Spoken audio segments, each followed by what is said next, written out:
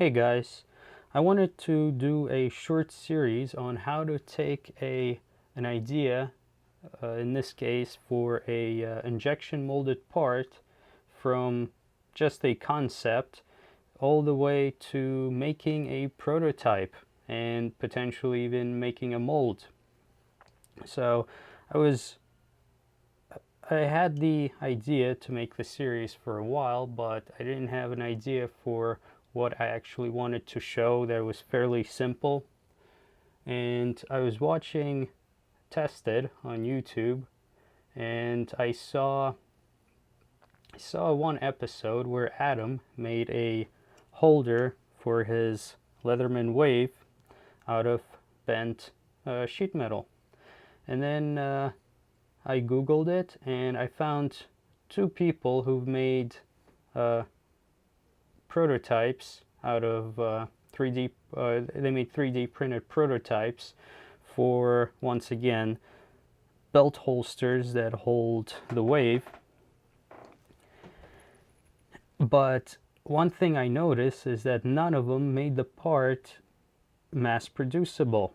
You know, ideally you want to have a part that you can have an injection mold made for it, and none of those versions were mass producible.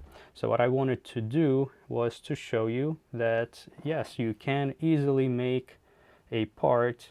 Nowadays you have nowadays you can easily digitize this. Even if you don't have a 3D scanner, you can pick off enough dimensions off of it, and you can quickly and for free create a 3D model of this and the holster that it would go to, and just as easily you can get a 3D printed prototype, and then finally you can have a mold have a mold quoted to you from your files.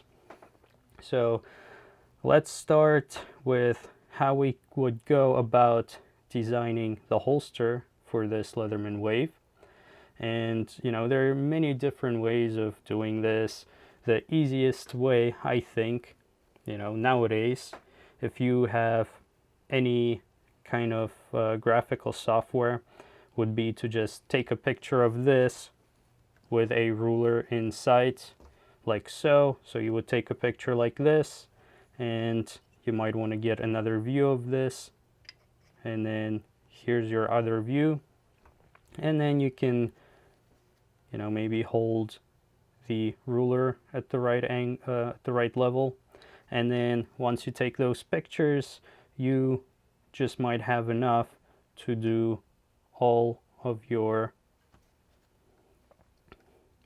reverse engineering work by just looking at the stills that you took with your camera. Now, a more old-fashioned way would be to actually sketch all of this out. You can, because there's quite a bit of variation here in dimensions along the length of the part. It's not just a brick. You have the knives here. They're jutting out a little bit, or they're a little bit proud. Another way that you could do it is first trace it on a piece of paper, and then take all of your measurements from there, and let me show you how one would go about doing it. So what I would do is I would first sketch out a center line on this piece of paper so that I can keep things aligned. So there's the center line.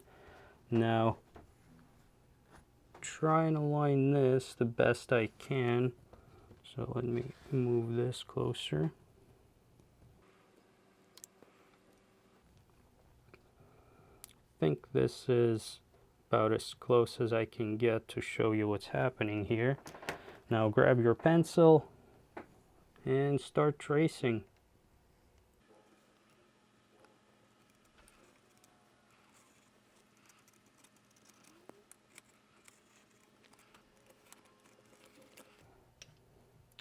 So here we have a general outline of the part.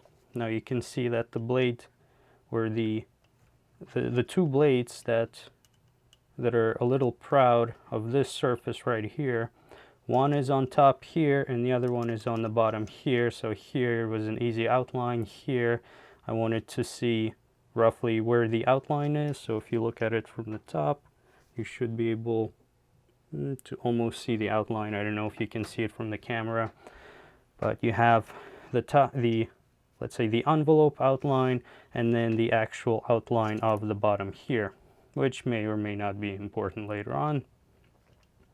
Then let's say you might want to do, okay, so this is, let's call it a top view right here. And then you might also want to have a side view. So I think I did it this way. So looking at it from this direction, you have this outline.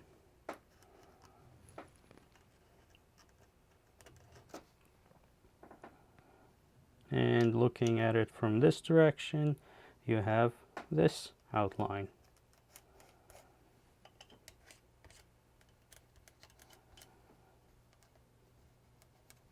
Now that you have this, you know, if you want to start grabbing dimensions for your 3D model that you would create to create the holster part, you would start with a 0 here, and then, you know, if you have any critical features like where you have the biggest distance from the center line, you might mark that, and you can see that that's at about 26 or 27 millimeters.